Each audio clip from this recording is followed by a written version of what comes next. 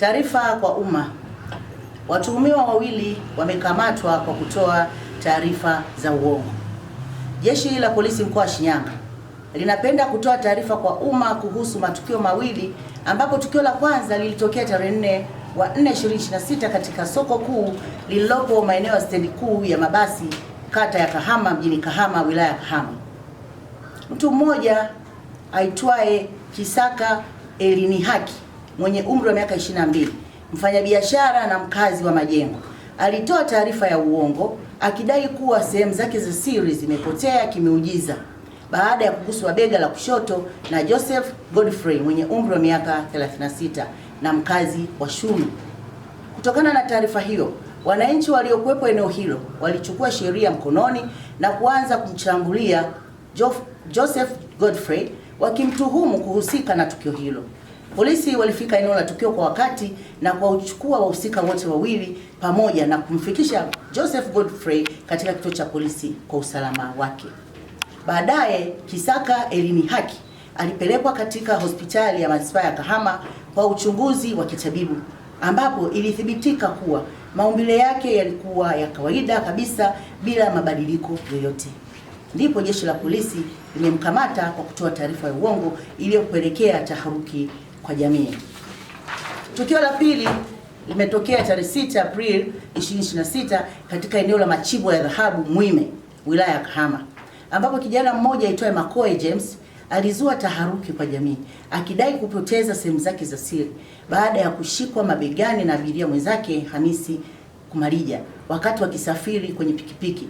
Taarifa hiyo ilisababisha mkusanyiko wa wananchi waliotaka kumshambuliwa mtuhumiwa kabla ya jeshi la polisi kufika eneo la tukio na kudhibiti hali hiyo. Uchunguzi wa kitabibu uliofanyika katika hospitali ya Kahama ulibaini kuwa mhusika hakuwa na tatizo lolote, na hivyo kuthibitisha kuwa taarifa aliyoitoa ilikuwa ya uongo. Jeshi la polisi linamshikilia kwa kutoa taarifa ya uongo na hatua za kisheria zitachukuliwa dhidi ya wahusika wote wawili kwa mujibu wa sheria.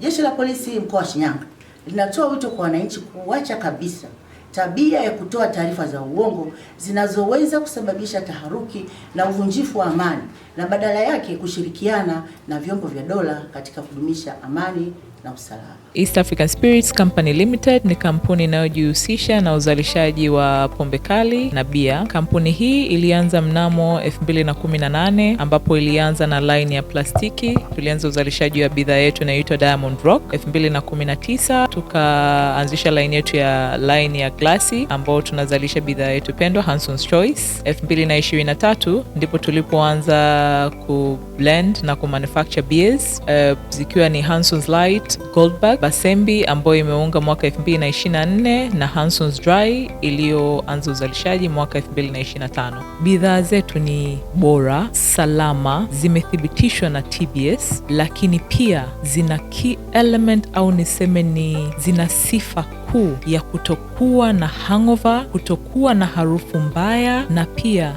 zina bei nafuu kwa kila Mtanzania.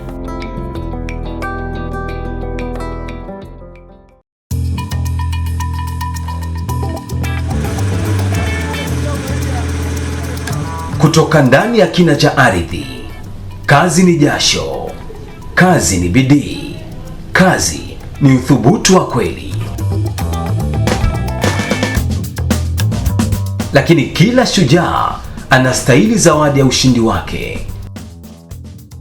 Basembi, bia ya mashujaa, bia ya kazi, bia yenye ladha kali isiyosahaulika. Haina hangover, ina nguvu. Ni chaguo la wanaume wanaofanya kweli. Basembi Extra Lager, kazi imeisha, sasa ni muda wa ladha safi.